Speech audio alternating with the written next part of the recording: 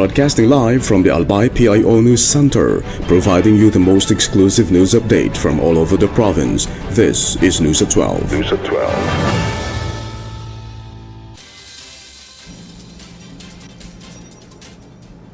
In the local scene, the provincial government of Albay will hold a mobile blood donation activity on April 8 at the Albay capital to help strengthen the province's blood supply.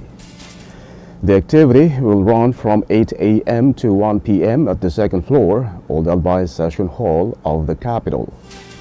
The Provincial Health Office is organizing the drive in partnership with the Department of Health Center for Health Development Bicol and the Bicol South Luzon Sub-National Reference Laboratory. Provincial government officials and employees are encouraged to volunteer as blood donors. The department and unit heads have also been requested to send at least 10 volunteer donors from their respective offices.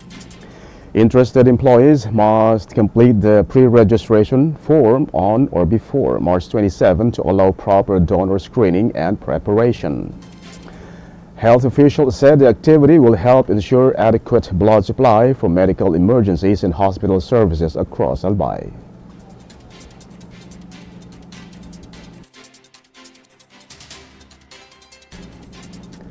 In other story, senior citizen leaders across Albay received an orientation on the PhilHealth Yaka program during the provincial meeting held on March 18. The activity gathered residents of the Albay Senior Citizens Association and heads of the Office of Senior Citizens Affairs from all 18 local government units.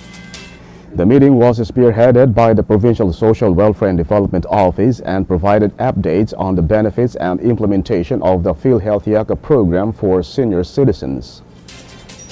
The orientation aims to help senior leaders guide elderly members in accessing healthcare services and benefits that strengthen support programs for senior citizens across Albay.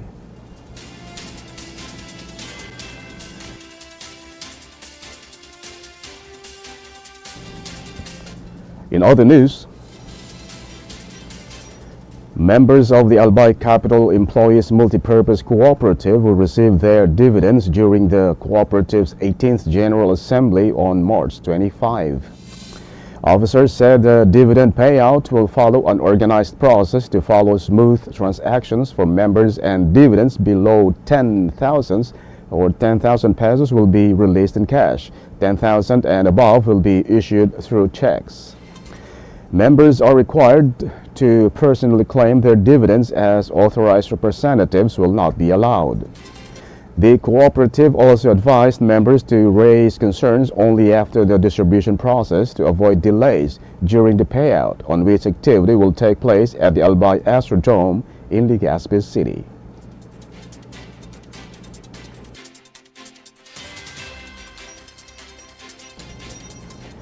In the national scene, the Land Transportation Office has denied circulating social media claims that it imposed a 100% increase in vehicle registration fees without prior notice. In a Facebook post, the agency labeled the information as fake news and clarified that no such increase has been implemented. It stressed that all registration fees and related charges are based on existing laws and approved government regulations. The LTO also assured the public that there are no sudden or unannounced adjustments in its rates. The agency reiterated its commitment to keeping services efficient and affordable amid current economic challenges. The public is advised to verify information through official LTO platforms and not to share unconfirmed reports online.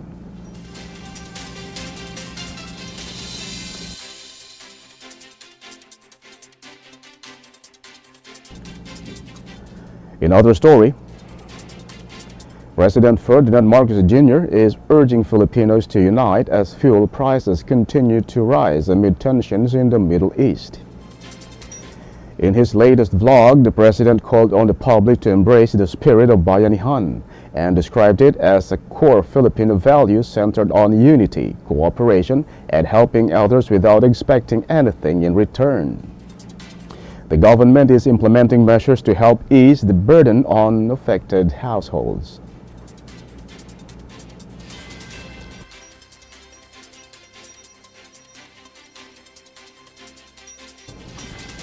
In other news,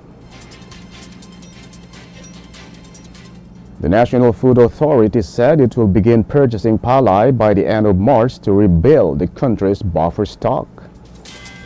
According to NFA Administrator Larry Lacson, delaying procurement is intended to prevent further increase in market prices.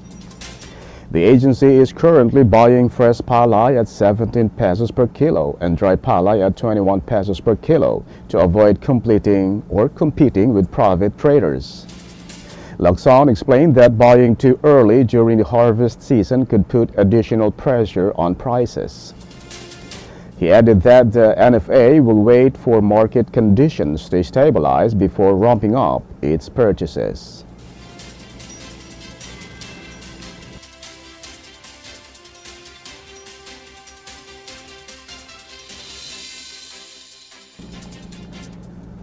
In the national scene, or in the news outside the country, Kaja Kallas spoke with Iran's Foreign Minister Abbas Araghchi on Sunday about the situation in the Middle East.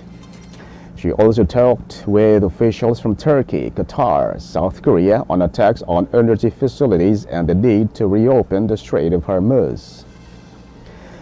The European Union said these talks are part of efforts to find peaceful solutions and avoid further damage in the region. Kallas stressed that safe passage through the Strait of Hormuz remains Europe's top priority.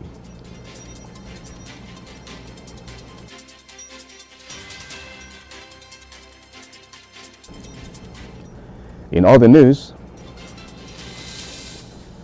an Iranian official said the country is ready to work with the International Maritime Organization to enhance safety and protect seafarers in the Gulf.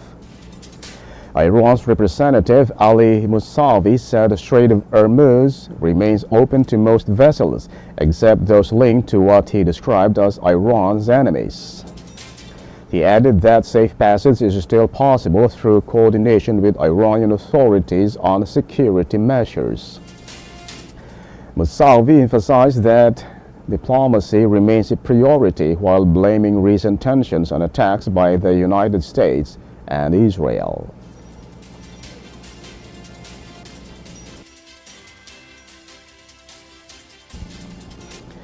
And finally, in the news outside the country, 2 Iranian missiles struck southern Israeli towns overnight, causing widespread damage and injuring dozens of civilians.